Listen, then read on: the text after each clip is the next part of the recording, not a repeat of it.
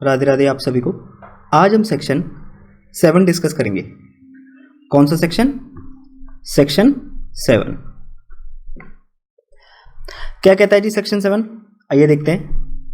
Facts which are the occasion, cause और effect of fact in issue. Facts which are the occasion, cause और effect immediate और otherwise of relevant facts or fact in issue, or which constitute the state of things under which they happened, or which afforded an opportunity for their occurrence or transaction are relevant। तो क्या कहा जी section ने? Section state fact जो relevant fact या fact in issue के occasion है, cause है या इफेक्ट है, इमीडिएट और otherwise. Means facts relevant fact या फैक्ट इन इशू के या तो इमीडिएट कॉज हैं या लेटर कॉज हैं। सिमिलरली फैक्ट्स रेलेवेंट फैक्ट या फैक्ट इन इशू के या तो इमीडिएट इफेक्ट है या लेटर इफेक्ट है। ओके, फिर आगे इन्होंने क्या बोला? और facts which constitute the state of things under which they happened, यानी ऐसे फैक्ट्स जो वो स्टेट ऑफ थिंग्स कॉन्स्टिट्यूट करते हैं जिसमें वो हैपन हुए हैं या जिसमें वो अकर हुए हैं। आगे क्या बोला जी? और which afforded an opportunity for their occurrence और ट्रांजैक्शन आर रेलेवेंट, या ऐसे फैक्ट्स जो उनके ऑकरेंस के लिए या उनके ट्रांजैक्शन के लिए अपॉर्चुनिटी प्रोवाइड कर रहे हैं। तो ये सारे फैक्ट्स क्या हैं जी? ये सारे के सारे फैक्ट्स रेलेवेंट है। ओके, तो चलिए इस सेक्शन को थोड़ा डिटेल में डिस्कस करते हैं। देखो जो सेक्शन 7 है ना, ये एक प्रिंसिपल पे बेस्ड है। Section 7 is based on the principle, कौन सा principle? That no fact took place in isolation. No fact took place in isolation, यानी कोई भी फैक्ट आइसोलेशन में नहीं होता। यानी जब भी कोई फैक्ट होता है तो उसको करने के लिए अपॉर्चुनिटी भी होती है, उसके पीछे का कोई कॉज भी होता है, उसका इफेक्ट भी होता है, एंड सो ऑन। ठीक है, या हम ऐसा भी कह सकते हैं कि सेक्शन 7 एक लॉजिक पे बेस्ड है। कौन से लॉजिक पे? That if one event happen,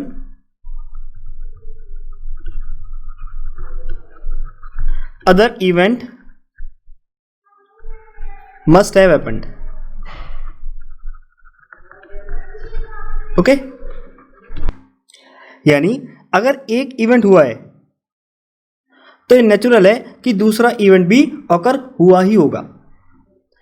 When an event takes place, it is logical that other events surrounding the main event will also take place and it would be visible in surrounding circumstances। तो चलिए समझते हैं जी इसको। देखो suppose करके चलिए कि एक मर्डर कमिट हुआ है। अब जब मर्डर कमिट हुआ है तो कोई ना कोई कॉज तो जरूर होगा, है ना? सपोज करके चलिए एक पर्सन का मर्डर हुआ है तो अब इसके पीछे का कोई ना कोई कॉज तो जरूर होगा। इसी तरह इस मर्डर का कोई ना कोई इफेक्ट भी होगा, है ना? जैसे मान के चलो ए ने बी का मर्डर कर दिया, तो अब इस मर्डर का कॉज क्या है जी? वो कॉज कोई भी हो सकता है। हो सकता है कि ए की बी से रंजिश चल रही हो, या हो सकता है कि ए की वाइफ का बी के साथ एक्स्ट्रा मैरिटल अफेयर चल रहा हो और ए को इस बात का पता लग गया हो, है ना? तो वो कॉज कोई भी हो सकता है। ठीक है, अब देखो आप एक बात यहां याद रखना कि ये बस मैंने आपको एग्जाम्पल के तौर पे समझा दिए हैं। ठीक है, क्योंकि जो कॉज होता है ना वो एक ऐसा इवेंट होता है जो पर्सन को इमीडिएटली किसी एक्ट को करने के लिए प्रोवोक करता है। ओके, जो कॉज होता है वो एक ऐसा इवेंट होता है जो पर्सन को इमीडिएटली किसी एक्ट को करने के लिए प्रोवोक करता है, जैसे कि सडन क्वेरल या फिर सडन प्रोवोकेशन। जैसे मान के चलो आप अपनी कार से कहीं जा रहे हैं, ठीक है? अब पीछे से किसी दूसरे कार ने आपकी कार को टक्कर मार दी। अब आप उसे मारने के लिए अपनी कार से उतरे।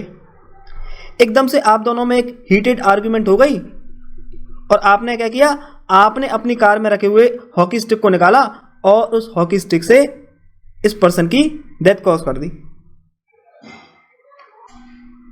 तो ये क्या है जी, ये कॉज। ठीक है, तो इसलिए मैंने आपको बताया कि जो कॉज है वो क्या इंक्लूड करता है, कॉज इंक्लूड सडन क्वेरल या फिर सडन प्रोवोकेशन। ओके, अब कॉज को भी समझ लेते हैं एक बार। It is an immediate reason for the commission of the wrong. It has to be distinguished from the motive which is relevant under section 8।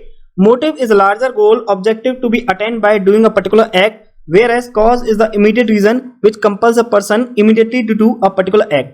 Example, sudden provocation और sudden quarrel. तो उन्होंने यहां बताया कि cause wrong को commit करने का एक immediate reason है, यानी जो cause है वो किसी offense को commit करने का एक immediate reason है। कैसा reason है?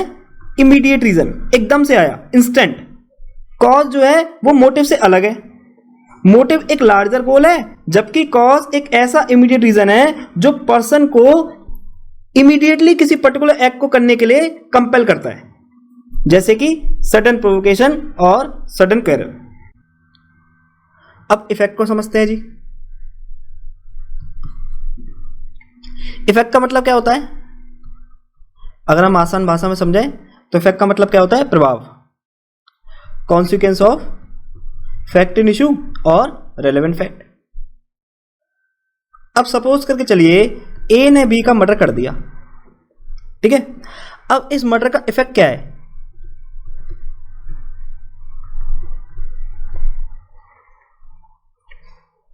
जैसे मान के चलो ए ने बी को पॉइजन देकर बी की डेथ कॉज कर दी है, तो अब इस चीज का इफेक्ट क्या है जी, बी के मुंह से झाग निकलना, बी की डेड बॉडी का नीला पड़ जाना, ठीक है। ये सब क्या है, ये सब फैक्ट इन इशू के इफेक्ट है, यानी ये सब मर्डर के इफेक्ट है। ओके, तो अब ये कहां रेलेवेंट हो जाएंगे, सेक्शन 7 में, बिकॉज सेक्शन 7 में हमने क्या पढ़ा था कि ऐसे फैक्ट जो फैक्ट इन इशू या रेलेवेंट फैक्ट का इफेक्ट है वो सब सेक्शन 7 के अंदर रेलेवेंट हो जाएंगे। तो फैक्ट इन इशू क्या है, बी का मर्डर, और इस फैक्ट इन इशू का इफेक्ट क्या है जी, बी की डेड बॉडी का नीला पड़ जाना या बी के मुंह से झाग निकलना। तो इसलिए अब ये सारे के सारे फैक्ट सेक्शन 7 में रेलेवेंट हो जाएंगे। ओके, इसी तरह सपोज करके चलिए ए ने चाकू से बी के ऊपर वार किया है और काफी सारे वूंड देकर बी की डेथ कॉज कर दी। अब इसका इफेक्ट क्या है जी, ए की पूरी बॉडी पर घाव के निशान, ठीक है, जगह जगह ए की बॉडी पर कट मार्क्स हैं, ए की बॉडी का खून से सना होना, जो ए की बॉडी है वो पूरी की पूरी खून से लथपथ है। इसी तरह जो फ्लोर है वो पूरा का पूरा खून से लथपथ है। तो ये सब क्या है, ये सब इफेक्ट है किसका, फैक्ट इन इशू का। तो इसलिए अब ये कहां रेलेवेंट हो जाएगा, सेक्शन 7 में। ओके, क्लियर हुआ आपको, इफेक्ट का मतलब समझ में आया आपको। अब सेक्शन के अंदर हमने एक चीज पढ़ी थी जी, कौन सी, facts which are the occasion cause और इफेक्ट इमीडिएट और अदरवाइज। इस इमीडिएट और अदरवाइज का मतलब क्या है जी, जैसे इसी एग्जांपल को ले लेते हैं, ए ने बी की पॉइजन देकर डेथ कॉज कर दी, अब बी के मुंह से झाग निकले हैं, वो क्या है, इमीडिएट इफेक्ट है, ठीक है। जैसे ही आप किसी पर्सन को जहर दोगे तो इमीडिएटली उसके मुंह से झाग निकलते हैं, तो एक ऐसा इफेक्ट है इमीडिएट। और जबकि जो बी की बॉडी है वो 4 से 5 घंटे बाद नीली हुई है, ठीक है। जैसे पॉइजन का जो इफेक्ट है, क्या इफेक्ट होता है पॉइजन का, कि जिस पर्सन ने पॉइजन कंज्यूम किया होता है उसकी जो बॉडी है वो नीली पड़ जाती है, तो अब उसकी जो बॉडी है वो 4 से 5 घंटे बाद नीली पड़ी है, तो ये कैसा इफेक्ट है, ये एक लेटर इफेक्ट है। ओके, क्लियर हुआ आपको। चलिए अब आगे चलते हैं। अब रेलेवेंट फैक्ट का एग्जांपल देखते हैं जी। सपोज ए ने बी की डेथ कॉज कर दी है,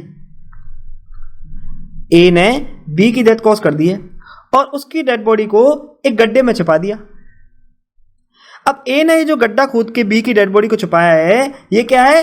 ये एक सब्सिक्वेंट कंडक्ट है। क्यों? क्योंकि ये मर्डर के बाद अराइज हो रहा है ना? तो अब सवाल ये है कि ए ने बी की डेड बॉडी को गड्ढे में क्यों छुपाया? इसके पीछे का क्या कॉज है? बताइए, लॉजिक सोचिए, अपने आप को बचाने के लिए, है ना? In order to protect himself, plus in order to prevent discovery of crime, जिससे कि वो जो क्राइम है वो कभी डिस्कवर ही ना हो पाए। तो ये भी अब रेलेवेंट हो जाएगा। क्यों? क्योंकि जो फैक्ट है ये क्या है? रेलेवेंट फैक्ट का कॉज है। Okay, that is subsequent conduct का कॉज है। बिकॉज डेड बॉडी छुपाना क्या है? सब्सिक्वेंट कंडक्ट है जो मर्डर के बाद अराइज हो रहा है। और सब्सिक्वेंट कंडक्ट कहां रेलेवेंट है? सेक्शन 8 में रेलेवेंट है। तो चूंकि ए ने अपने आप को प्रोटेक्ट करने के लिए या उस क्राइम को डिस्कवर करने से रोकने के लिए उस डेड बॉडी को छुपा दिया, तो ये अपने आप में क्या है? ये फैक्ट अपने आप में रेलेवेंट फैक्ट का कॉज है, दैट इज सब्सिक्वेंट कंडक्ट का कॉज है। तो इसलिए अब ये सेक्शन 7 में रेलेवेंट हो जाएगा। ओके, देखो सब्सिक्वेंट कंडक्ट को लेकर आप बहुत ज्यादा परेशान मत होना। सेक्शन 8 में सब्सिक्वेंट कंडक्ट को हम बहुत अच्छे से डिस्कस करेंगे, ठीक है? तो अभी के लिए बस आप ऐसा समझ लो कि ये बस एक रफ आइडिया मिल रहा है आपको। ओके, इसी तरह possession of stolen articles by a person immediately after theft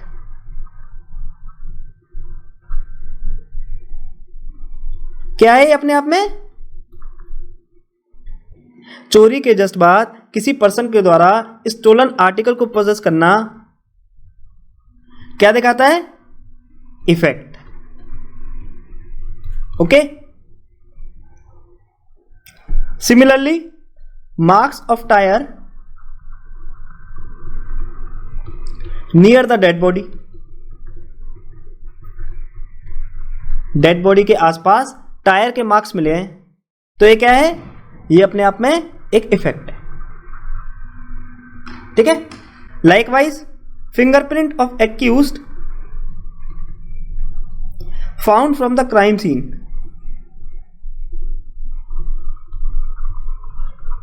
ये भी क्या है? अपने आप में इफेक्ट है। तो ये सारे एग्जांपल्स क्या हैं? ये सब फैक्ट एंड इश्यू के इफेक्ट है। पहले एग्जांपल में फैक्ट एंड इश्यू क्या था? थेफ्ट था। तो इस थेफ्ट का इफेक्ट क्या था जी? Position of stolen article by person immediately after theft. इसी तरह लास्ट एग्जांपल में फैक्ट एंड इश्यू क्या था? मान के चलते हैं फैक्ट एंड इश्यू मर्डर था। तो इस मर्डर का इफेक्ट क्या है? Fingerprint of accused found from the crime scene. Okay,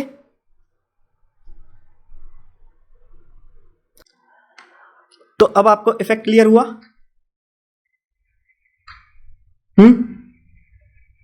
very good. अब देखो, इस क्राइम को करने के लिए ए को अपॉर्चुनिटी भी मिली होगी, है ना भाई? तभी तो वो बी की डेथ कॉज कर पाया। अब चलिए, अब हम ओकेशन और अपॉर्चुनिटी को समझेंगे।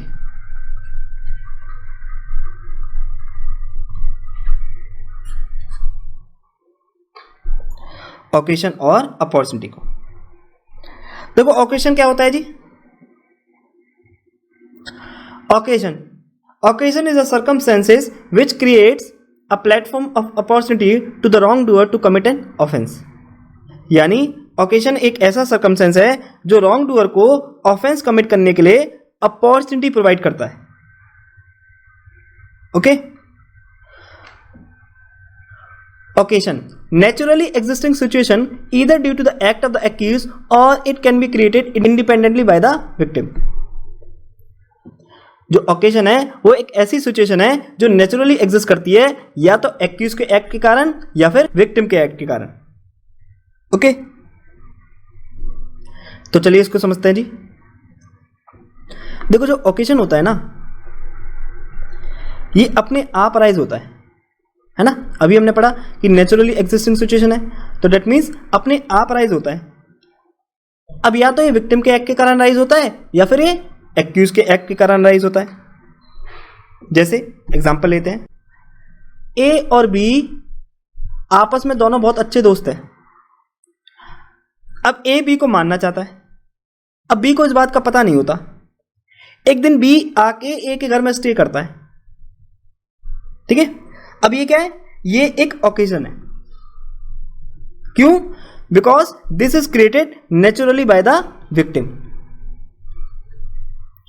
ठीक है। अब ए के घर में 2 सर्वेंट रह रहे होते हैं। ए का जो घर होता है वो बहुत ही बड़ा होता है और उसके घर में 2 सर्वेंट रह रहे होते हैं। अब ए उन दोनों सर्वेंट को छुट्टी दे देता है। तो अब यहां ए ने क्या किया, ए ने उस ओकेजन से अपॉर्चुनिटी क्रिएट कर ली, ठीक है। ए ने उस ओकेजन से अपॉर्चुनिटी क्रिएट कर ली। तो इसलिए आप एक बात याद रखना, opportunity comes due to occasion.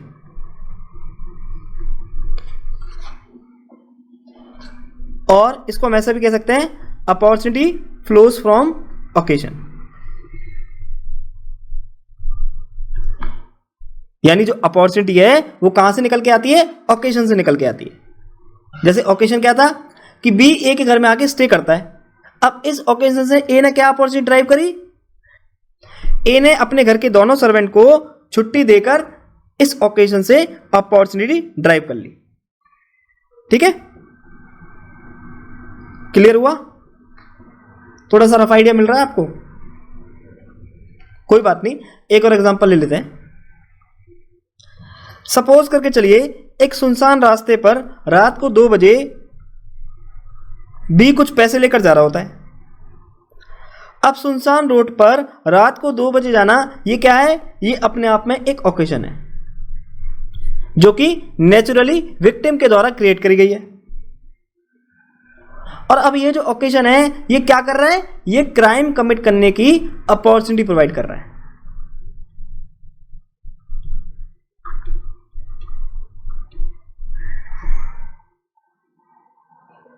समझ में आया? भाई रात को 2 बजे कुछ कैश लेकर जाना ये अपने आप में एक ओकेजन है जो कि विक्टिम नेचुरली क्रिएट कर रहा है। और ये जो ओकेजन है ये क्या कर रहा है, ये क्राइम कमिट करने की एक अपॉर्चुनिटी प्रोवाइड कर रहा है, ठीक है। कुछ क्लियर हुआ आपको? नहीं हुआ? कुछ बच्चे कह रहे हैं सर डाउट है, अभी भी डाउट है आपको? एक और एग्जांपल ले, चलिए एक और एग्जांपल डिस्कस करते हैं। सपोज करके चलिए, एक मां अपनी डॉटर को डेली स्कूल छोड़ने जाती है। उसकी जो बेटी है वो 8th क्लास में है और डेली मां अपनी बेटी को स्कूल छोड़ने जाती है। अब एक दिन जो मां है वो बीमार पड़ जाती है और बेटी को स्कूल छोड़ने नहीं जा पाती। अब जो डॉटर है उस दिन वो अकेली चली जाती है और उसी दिन इस लड़की का रेप हो जाता है। तो देखो, मां का बीमार होना क्या है, ये अपने आप में ओकेजन है क्योंकि नेचुरली एग्जिस्ट हो रही है, ठीक है। और इस बीमारी से क्या अपॉर्चुनिटी निकल के आई, ऑफेंस करने की अपॉर्चुनिटी।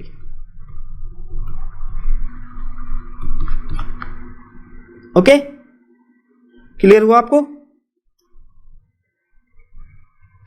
तो कंक्लूजन में आप एक बात याद रखना कि opportunity comes due to occasion. Opportunity comes due to occasion और opportunity flows from occasion. Okay, थोड़ा सा कॉम्प्लिकेटेड हो सकता है अभी आपके लिए अगर ये आप पहली बार पढ़ रहे हो तो, लेकिन जब आप किसी भी स्टैंडर्ड बुक को रेफर करोगे तो सारी चीजें आपको बहुत अच्छे से क्लियर हो जाएंगी, ठीक है। एक और एग्जांपल ले लेते हैं जी। ड्राइविंग अलोन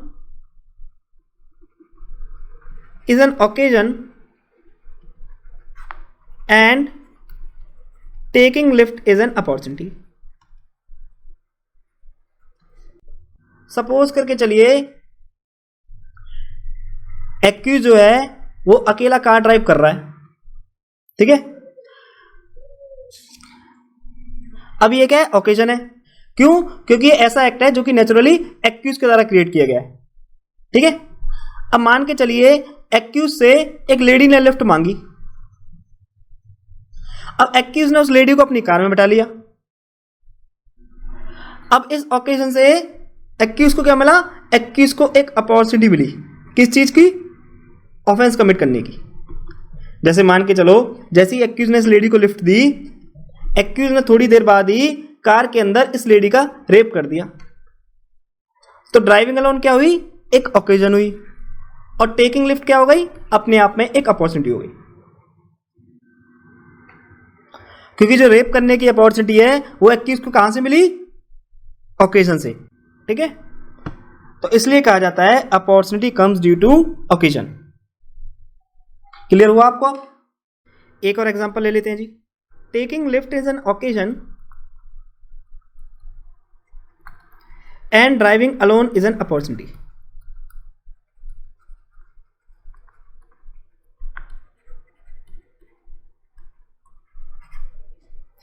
जैसे सपोज करके चलिए एक्यूज ने विक्टिम से लिफ्ट मांगी। ये विक्टिम है, ये कार से जा रहा है। अब एक्यूज ने क्या किया? एक्यूज ने विक्टिम से लिफ्ट मांगी। अब विक्टिम ने उसे लिफ्ट दे दी। अब ये क्या है? ये एक ओकेजन है एज ए एक्यूज के द्वारा नेचुरली क्रिएट किया गया है। अब जो विक्टिम था वो उस कार में अकेला था, तो ये क्या है? ये अपने आप में एक अपॉर्चुनिटी है। एज ओकेजन से एक्यूज ने क्या किया? विक्टिम को शूट करके खुद उसकी कार को लेकर फरार हो गया। ओके, तो इसलिए इन्होंने यहां बताया taking lift is an occasion and driving alone is an opportunity.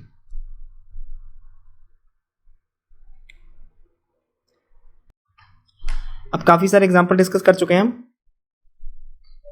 है ना? अब चलिए इलस्ट्रेशन डिस्कस करते हैं। The question is whether A robbed B.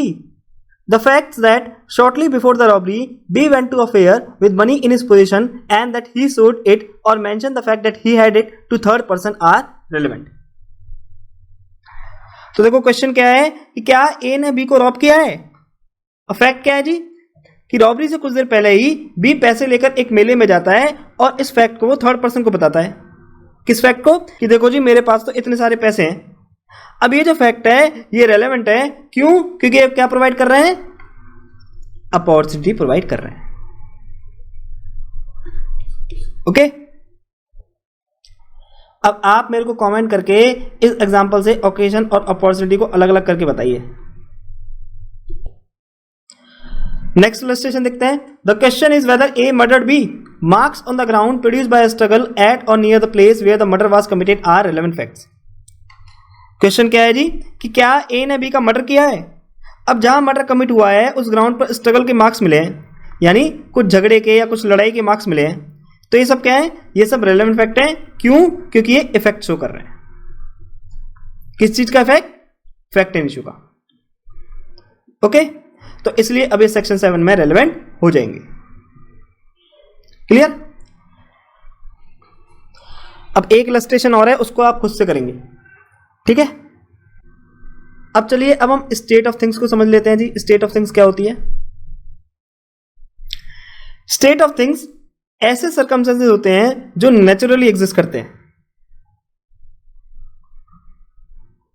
State of things ऐसे सर्कमस्टेंसेस होते हैं जो नेचुरली एग्जिस्ट करते हैं। जैसे लोगों का सुबह सुबह अपने काम पर जाना, ऑफिस जाना या बिजनेस जाना एक्सेट्रा। इसी तरह शाम को सब लोगों का चाय पीना। इसी तरह ऑफिस आवर्स में रोड पर ट्रैफिक होना। सिमिलरली वीकेंड पर रात को ठेके पर क्राउड होना। Crowd on liquid shop at night during Saturday Sunday. तो ये सब क्या है? ये सब स्टेट ऑफ थिंग्स है। कैसे पता लगा? क्योंकि ये ऐसे सर्कमस्टेंसेस हैं जो नेचुरली एग्जिस्ट कर रहे हैं। ओके, अब देखो, अब हम इस सेक्शन के एक बहुत ही इंपॉर्टेंट टॉपिक को डिस्कस करेंगे जिसका नाम है last seen theory. Last seen theory क्या होता है जी? एग्जाम्पल समझते हैं। सपोज करके चलिए 2 तारीख की सुबह बी की डेथ हो जाती है। 2 तारीख की सुबह बी की डेथ हो जाती है। अब लोगों ने 1 तारीख की रात को ए और बी को एक साथ जाते हुए देखा था। अब लास्ट सीन थ्योरी के हिसाब से जब आखिरी बार ए को बी के साथ देखा गया था तो अब ए ही तो रिस्पॉन्सिबल है ये बताने के लिए कि बी की डेथ कैसे हुई होगी। भाई सिंपल लॉजिक है। सपोज आपको और आपकी गर्लफ्रेंड को आपके दोस्तों ने आखिरी बार रात में एक साथ जाते हुए देखा। अब अगली सुबह आपकी गर्लफ्रेंड की डेथ हो जाती है। वैसे भगवान ना करे ऐसा हो, बिकॉज एक हेल्दी रिलेशनशिप जो है इस जर्नी में बहुत हेल्पफुल होता है। अगर आप एक रिलेशनशिप में हो और आपका पार्टनर बहुत ही ज़्यादा अंडरस्टैंडिंग है, बहुत ही लवेबल है, बहुत ही केयरिंग है, तो मेरा यकीन मानिए ये जर्नी आप हंसते हंसते काट लोगे। सच बता रहा हूँ। खैर वापस आते हैं। तो अगली सुबह आपकी गर्लफ्रेंड की डेथ हो जाती है। तो अब उसकी डेथ कैसे हुई या आखिर उस रात ऐसा क्या हुआ जो उसकी डेथ हो गई, इसको आंसर करने की लायबिलिटी आप पर ही तो है ना भाई। जब आखिरी बार लोगों ने आपको ही आपकी गर्लफ्रेंड के साथ जाते हुए देखा था तो इसकी लायबिलिटी भी तो आपके ऊपर ही होगी कि उसकी डेथ कैसे हो गई। क्योंकि अगर आप ध्यान से देखो तो जो डेथ कॉज करने की अपॉर्चुनिटी है वो आपके पास ही तो है भाई। जब आखिरी बार आपके साथ ही आपकी गर्लफ्रेंड देखी गई है तो डेथ कॉज करने की जो अपॉर्चुनिटी है वो आपके पास ही तो है ना। तो इसका मतलब जो लास्ट सीन थ्योरी है ये सेक्शन 7 के अपॉर्चुनिटी से डील करती है। किससे डील करती है? अपॉर्चुनिटी से। ओके, तो इसलिए अब जो बर्डन ऑफ प्रूफ है वो आपके ऊपर तो लाई करेगा ये प्रूव करने का कि बेशक से मैं अपने पार्टनर के साथ आखिरी बार देखा गया था लेकिन मैंने इसकी डेथ कॉज नहीं करी। ठीक है। और अगर आप सिंपली ये स्टेट कर देते हो कि मुझे नहीं पता कि इसकी डेथ कैसे हुई, तो इसका मतलब आप सफिशिएंट एक्सप्लेनेशन नहीं दे रहे हो। ओके, अब आप इस चीज को कैसे डिस्प्रूव कर सकते हो? यानी जो बर्डन ऑफ प्रूफ आपके ऊपर लाई कर गया, आप इस बर्डन को कैसे शिफ्ट कर सकते हो जी? जैसे कि नंबर 1, आप ये दिखा सकते हो कि हमारे बीच में किसी थर्ड फैक्टर ने इंटरवीन कर दिया था। जैसे आपने शो कर दिया कि जब हम साथ थे तो मेरी गर्लफ्रेंड से मिलने उसकी बहन आ गई थी और इसके बाद मैं वहां से चला गया था। अब मुझे नहीं पता कि ऐसा क्या हुआ कि उसकी डेथ हो गई और अब ये जो बर्डन है ये किसके ऊपर शिफ्ट कर जाएगा? डिसीज की बहन के ऊपर। ठीक है। सिमिलरली आप प्ली ऑफ एलाबाई रेस कर सकते हो। यानी आप ये दिखा सकते हो कि जिस टाइम मर्डर कमिट हुआ मैं तो कहीं और था जी। जब हम सेक्शन 11 डिस्कस करेंगे तब प्ली ऑफ एलाबाई को बहुत अच्छे समझेंगे। ओके, इसी तरह आप ये दिखा सकते हो कि जो टाइम गैप था किसके बीच में? मर्डर और लास्ट सीन के बीच में, ये बहुत ही ज्यादा था। जैसे सपोज करके चलिए आखिरी बार आप दोनों को एक साथ 1 तारीख की रात को देखा गया था, जबकि जो मर्डर हुआ है वो 4 तारीख की सुबह हुआ है। तो ऐसे केसेस में कोर्ट प्रिज्यूम कर लेगी कि हो सकता है किसी थर्ड फैक्टर ने इंटरवीन किया हो। ओके, इसी तरह आप ये भी दिखा सकते हो कि भाई जो आई विटनेसेस हैं वो ट्रस्टवर्दी नहीं है। यानी जिन लोगों ने मेरे को और मेरी गर्लफ्रेंड को आखिरी बार देखा है वो ट्रस्टवर्दी नहीं है। जैसे सपोज करो डिफेंस काउंसिल ने उन विटनेसेस का क्रॉस करके उनकी क्रेडिबिलिटी को शेक कर दिया और कोर्ट में ये प्रूव कर दिया कि जनाब ये जो विटनेसेस हैं ये भरोसे के लायक नहीं है। तो अब जो एक्यूज के अगेंस्ट प्रिजम्पशन रेज हुआ है वो डिस्प्रूव हो जाएगा। ओके, तो ये कुछ डिफेंसेस हैं जो एक्यूज रेज कर सकता है लास्ट सीन थ्योरी को रिबट करने के लिए। ओके, अब आप एक चीज याद रखना, कोर्ट लास्ट सीन थ्योरी को as a matter of routine कभी भी रेज नहीं करती। ओके, और कोर्ट लास्ट सीन थ्योरी पर रिलाई करने से पहले एक्स्ट्रा कॉशियस रहती है। ठीक है, चलिए थोड़ा सा थ्योरेटिकल वे में डिस्कस कर लेते हैं इसको। Last seen theory, last seen theory is a dimension of opportunity. Because जब पर्सन आखिरी बार आपके साथ देखा गया है तो उसको मारने की जो अपॉर्चुनिटी है वो आपके पास है. Second, based upon logic, as to when accused and victim were together near about the time of commission of wrong or at such proximity of time with respect to commission of wrong that would be reasonably logical that accused is aware of whereabouts of victim, and if accused says he does not know, then he is not offering sufficient reasonable explanation as to why he does not know. ठीक है, वही चीज है, इसको हम already discuss करके आ चुके हैं. नेक्स्ट क्या बोलता है जी, evidence of last seen together become weak would be rebutted by proving. जो एविडेंस है लास्ट सीन थ्योरी का वो रिबट किया जा सकता है क्या क्या चीजें प्रूव करके, प्ली ऑफ एलावाई को प्रूव करके, if accused is able to prove interfere of third factor, gap between commission of wrong and point of time when they were seen together is so much that the court in itself will presume that there were possibility that some other factor might have intervened. और इसके अलावा by proving that eye witnesses are not trustworthy. Next क्या बोलता है जी, presumption of last seen theory shall not be raised as a matter of routine, rather court has to be extremely circumspective before relying upon last seen theory. जो court है वो routine manner में last seen theory के presumption को raise नहीं करेगी, बल्कि last seen theory पर रिलाई करते समय बहुत ही एक्स्ट्रा कॉशियस रहेगी. ओके, अब एविडेंशियल वैल्यू हेल्ड करी गई है जी Satpal Singh versus state of Haryana के केस में. Evidential value of last seen theory in Satpal Singh versus state of Haryana. तो सुप्रीम कोर्ट ने सतपाल सिंह वर्सेस हरियाणा के केस में कुछ 4 इंपॉर्टेंट बातें हाईलाइट करी हैं जी, इनको देख लेते हैं. ये मेंस के लिए बहुत इंपॉर्टेंट है. जब भी लास्ट सीन थ्योरी की एविडेंशियल वैल्यू मेंस में पूछी जाती है तो आपको ये पूरी की पूरी स्लाइड एज इट इज उतारनी है. Okay, along with the case. कौन सा केस है? Satpal Singh versus state of Haryana. तो क्या कहा जी सुप्रीम कोर्ट ने इस केस में? Last seen theory in itself not a very important piece of evidence.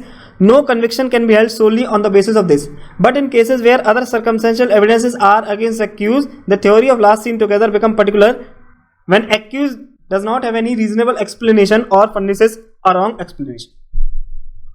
यानी last seen theory strong piece of evidence नहीं है. केवल लास्ट सीन थ्योरी के बेस पर ही कन्विक्शन लीड नहीं किया जा सकता. पर जिन केसेस में सर्कमस्टेंशियल एविडेंसेस एक्यूज के अगेंस्ट है तो ऐसे केसेस में ये लास्ट सीन थ्योरी बहुत ही इंपॉर्टेंट बन जाती है, स्पेशली तब जब एक्यूज डिसीज की डेथ को लेकर कोई सफिशिएंट एक्सप्लेनेशन ऑफर नहीं करता या फिर रॉन्ग एक्सप्लेनेशन फर्निश करता है. ओके, नेक्स्ट क्या है जी, when accused wants to prove interference of third person or some third factor, the burden of proof lie upon him to prove such specific fact by virtue of section 106 of Indian evidence act. यानी जो burden of proof है वो accused पर लाई करेगा ये prove करने का कि किसी थर्ड फैक्टर ने इंटरवीन कर दिया था, और ये जो बर्डन ऑफ प्रूफ है किस सेक्शन में लाई करेगा? Under section 106 of Indian evidence act. जब हम 106 डिस्कस करेंगे तब आपको ये बहुत अच्छे समझ में आ जाएगा. ओके, नेक्स्ट क्या कहता है जी, the accused can rebut the presumption of last seen theory by proving that he had separated away from the victim और that some third person had intervene. जो एक्यूज है वो इस थ्योरी के प्रिजम्पशन को रिबट कर सकता है कि वो विक्टिम से सेपरेट हो गया था, यानी विक्टिम से अलग हो गया था, या किसी थर्ड पर्सन ने इंटरवीन कर दिया था. Next, it shall be examined as to what is the time gap between the commission of the offense and the time when the accused and the victim were seen together. If the time gap is large, then the value of last seen together will be diminished.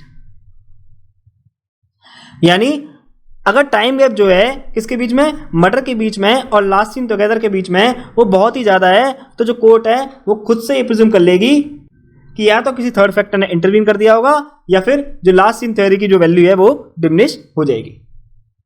Okay,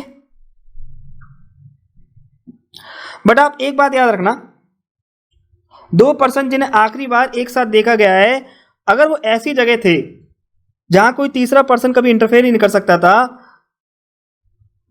तो अब बेशक से last seen together में और crime के commission में काफी लंबा गैप ही क्यों ना हो, फिर भी ये प्रोसिक्यूशन के केस को इफेक्ट नहीं करेगी. ओके, जैसे सपोज करके चलिए हस्बैंड और वाइफ हैं जी. अब इन्होंने शहर से कई किलोमीटर दूर एक पहाड़ पर अपना घर बनाया हुआ था और उस पहाड़ से 10-12 किलोमीटर तक दूर दूर ना तो कोई आवागमनी थी ना ही किसी पर्सन का घर था। अब 1 तारीख की रात को गांव के लोगों ने हस्बैंड और वाइफ को इस पहाड़ पर जाते हुए देखा और 7 तारीख की सुबह को इस वाइफ की इस घर के अंदर मौत हो गई। जो घर इन्होंने पहाड़ पे बनाया हुआ था उसके अंदर वाइफ की मौत हो गई। तो चूंकि अब इस केस में कोई तीसरा पर्सन कभी इंटरफेयर ही नहीं कर सकता था, तो इसलिए अब जो लास्ट सीन थ्योरी की जो प्रिजम्पशन है वो डिमिनिश नहीं होगी। ओके, और प्रोसिक्यूशन के केस को अफेक्ट नहीं करेगी। ठीक है, देखो वही चीज उन्होंने बताई है। If the prosecution is able to lead such an evidence that likelihood of any person other than the accused being author of the crime becomes impossible, यानी एक्यूज के अलावा कोई तीसरा पर्सन इंटरफेयर कर ही नहीं सकता था, उसके लिए इंटरफेयर करना इम्पॉसिबल था। Then the evidence of circumstances of last seen together, although there is long duration of time, can be considered an important piece of evidence against him. तो जो लास्ट सीन टुगेदर का जो evidence है वो अब accused के against important piece of evidence बन जाएगा, फिर बेशक से क्राइम के कमीशन में और लास्ट सीन में काफी लंबा गैप ही क्यों ना हो। If it can be demonstrated by showing that the accused person were in exclusive possession of the place where the incident occurred or where they were last seen together with the deceased and there were no possibility of any intrusion to that place by any third party, then a relatively wider time gap would not affect the prosecution case. Okay? यानी अगर accused और victim ऐसी exclusive position में है जहां पर कोई तीसरा पर्सन जो है इंटरफेयर ही नहीं कर सकता या इंट्रूड नहीं कर सकता, तो बेशक से क्राइम के कमीशन में और लास्ट सीन टुगेदर में बहुत लंबा गैप ही क्यों ना हो, वो जो है प्रोसिक्यूशन के केस को इफेक्ट नहीं करेगी। ठीक है, और इसके अलावा आप ये भी दिखा सकते हो कि जो आई विटनेसेस हैं वो ट्रस्टवर्दी नहीं है, eye witnesses are not trustworthy. तो ये कुछ 5 पॉइंट्स हैं जो लास्ट सीन थ्योरी के एविडेंशियल वैल्यू को लेकर आपको याद रखना है। Satpal Singh versus state of Haryana. अब आगे डिस्कस करते हैं। The last seen together itself not a conclusive proof but along with other circumstances surrounding the incident like relations between the accused and deceased, animosity between them, previous history of hostility, recovery of weapon from the accused etcetera may lead to a presumption of guilt. तो आगे उन्होंने बताया last scene अपने आप में एक conclusive evidence नहीं है, बट अदर सर्कमस्टेंशियल एविडेंस जो है वो गिल्ट के प्रिजम्पशन को लीड कर सकते हैं, जैसे कि एक्यूज और डिसीज के बीच में रिलेशन कैसा है, उनके बीच में एनिमिटी का एग्जिस्ट करना, इसके अलावा प्रीवियस हिस्ट्री दिखा दी आपने कि ये दोनों तो हमेशा हॉस्टाइल रहते हैं, लड़ते रहते हैं, झगड़ते रहते हैं, इसके अलावा एक्यूज के पोजीशन से वीपन का रिकवर होना, ये सब किस प्रिजम्पशन को लीड कर रहे हैं कि एक्यूज ही उस क्राइम का गिल्टी है। ओके, तो देखो ये था हमारा सेक्शन 7। सेक्शन 7 पीटी और मेंस दोनों के लिए बहुत इंपॉर्टेंट है। अब सेक्शन 7 से रिलेटेड कुछ पीटी की बातें डिस्कस कर लेते हैं। Section 7 is based on doctrine of inductive logic. ठीक है, section 7 is based on doctrine of inductive logic. इसको चाहो तो आप मेंस में भी लिख सकते हो, एक एडिशनल पॉइंट ही है, आपके आंसर को एनहांस ही करेगा ये। Second, section 7 deals with 5 relevant facts. 5 relevant fact कौन कौन से हैं जी, आइए देखते हैं। Occasion, cause, effect, state of things, opportunity. ठीक है, टोटल 5 रेलेवेंट फैक्ट हैं जिनसे सेक्शन 7 डील करता है। पीटी के लिए पांचों के पांचों फैक्ट्स बहुत इंपॉर्टेंट है। अक्सर इन्हीं 5 पॉइंट के अलावा आपको 2-3 एडिशनल पॉइंट देके आपसे पूछ लिया जाएगा कि क्या ये पॉइंट सेक्शन 7 में फॉल करता है। जैसे कि सपोज करो मोटिव या इंटेंशन देके आपसे पूछ लिया जाएगा। ओके, इसके अलावा जो वर्ड इमीडिएट है इसको आपको बहुत अच्छे से याद रखना है, वर्ड इमीडिएट और अदरवाइज। ओके, और इसके अलावा जो सेक्शन के इलस्ट्रेशन है वो भी आपको बहुत अच्छे से करने हैं, वो भी पीटी के लिए बहुत इंपॉर्टेंट है। ठीक है, तो ये था हमारा आज का लेक्चर। अगर आपको लेक्चर पसंद आया है तो आप लाइक, शेयर और कमेंट जरूर कीजिएगा, और अगर आपको लेक्चर पसंद नहीं आया है तो आपको डिसलाइक करने का भी पूरा राइट है। और प्लीज आप लोग कमेंट करके अपने फीडबैक जरूर दीजिएगा, जिससे कि फ्यूचर में मैं अपने आप को और इंप्रूव कर सकूं। और अगर आप लोग चाहते हैं कि वीडियोस में किसी भी तरह का मैं चेंज करूं तो आप मुझे कमेंट करके बता सकते हैं। मैं पूरी कोशिश करूंगा चीजों को आपके अकॉर्डिंग चलाने की।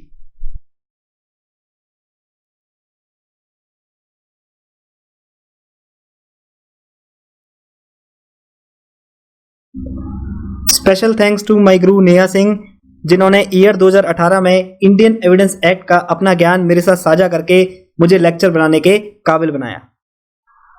अगर आपको इस लेक्चर से कुछ सीखने को मिला है और आप मुझे कंट्रीब्यूट करना चाहते हैं तो आप मुझे कंट्रीब्यूट भी कर सकते हैं। ये है मेरा QR कोड, आप किसी भी ऑनलाइन पेमेंट एप्लीकेशन के थ्रू मुझे पेमेंट कर सकते हैं। और याद रखना, ये कंट्रीब्यूशन जो भी आप करोगे ये केवल सोसाइटी के लिए यूज किया जाएगा, जैसे कि गरीब बच्चों की पढ़ाई के लिए, उनकी शादी के लिए, गौ माता की सेवा के लिए, etcetera. Because I believe this contribution is by the people, of the people and for the people only. इसके अलावा इंस्टाग्राम और फेसबुक पे आप मेरे को फॉलो कर सकते हो, जो लिंक है वो डिस्क्रिप्शन बॉक्स में गिवन है। इंस्टाग्राम पे मैं अक्सर लाइव भी आता हूँ और प्रीवियस ईयर क्वेश्चन भी शेयर करता हूँ। तब तक के लिए स्वस्थ रहिए, व्यस्त रहिए और मस्त रहिए। Take care of your health, physically, mentally and emotionally. जय हिंद, जय भारत।